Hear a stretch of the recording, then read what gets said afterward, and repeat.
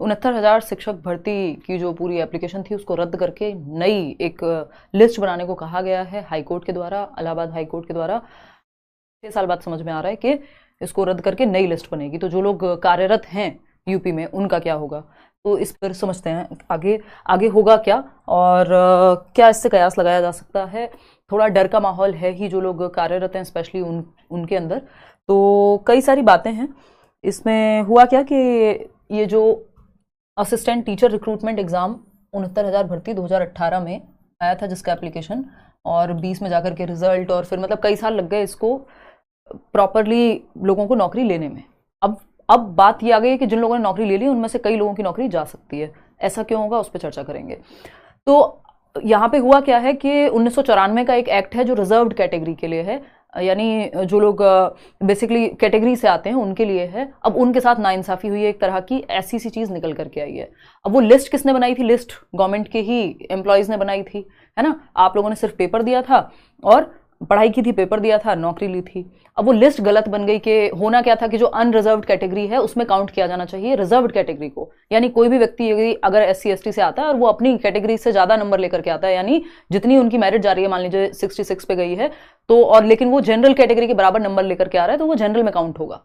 ऐसा प्रावधान है, 1994 का एक एक्ट है जिसके अनुसार ऐसा होना चाहिए। लेकिन ये वाली वैकेंसी में 69,000 में ऐसा हुआ नहीं। अब वो क्यों नहीं हुआ, ये अपने आप में इतनी मतलब दुखद बात है कि, और नौकरी किसकी जानी चाहिए? नौकरी उन लोगों की नहीं, उनकी नौकरी पे भी सवाल होना चाहिए आज के समय में जो ये लिस्ट बना रहे थे। उन्होंने भी तो अपना काम ठीक से नहीं किया जब ये लॉ था ही पहले से। तो इसमें ये सब हो करके, और गलती मतलब गवर्नमेंट के एंड पे ही हुई या एम्प्लॉयज के एंड पे ही हुई, या जो भी विभाग था पूरा जो भी ये रिक्रूटमेंट देख रहा था उनके एंड पे ही हुई। ठीक, अब वो बेसिक शिक्षा विभाग में नौकरी कर रहे हैं, असिस्टेंट टीचर हैं, सहायक अध्यापक हैं। अब स्थिति ये है कि जो आपका पिछड़ा वर्ग कह लीजिए, या जो कैटेगरीज वाले कैंडिडेट्स हैं, जो 6800 की अलग से भी सूची इन्होंने बनाई थी उस समय पे, उनके साथ सही नहीं हुआ। तो अब नई फ्रेश लिस्ट निकालो, और 3 महीने का समय इलाहाबाद हाई कोर्ट ने दिया है यूपी गवर्नमेंट को। अब एजुकेशन मिनिस्टर का यहाँ पे मैं बयान सुन रही थी तो वो कह रहे हैं कि हम तो जो है किसी भी युवा के साथ गलत नहीं होने देंगे। वो थोड़ी सी वैसी सी भाषा जैसी होती है पॉलिटिकल लोगों की। अब सच में वो चीज़ कितने अच्छे से इंप्लीमेंट हो पाती है उसी को देखना है। तो 3 महीने का समय है। अब इस 3 महीने में ये भी चीज़ें निकल के आ रही हैं कि जो यूपी के चीफ मिनिस्टर हैं उनकी बैठक हुई है, और जो एजुकेशन मिनिस्टर हैं वहाँ का जो पूरा तंत्र है वो अभी इस पर विचार कर रहे हैं। 3 महीने का समय उनके पास है, ऐसा उन्होंने इंटरव्यू में भी बोला। एजुकेशन मिनिस्टर की मैं बात कर रही हूँ।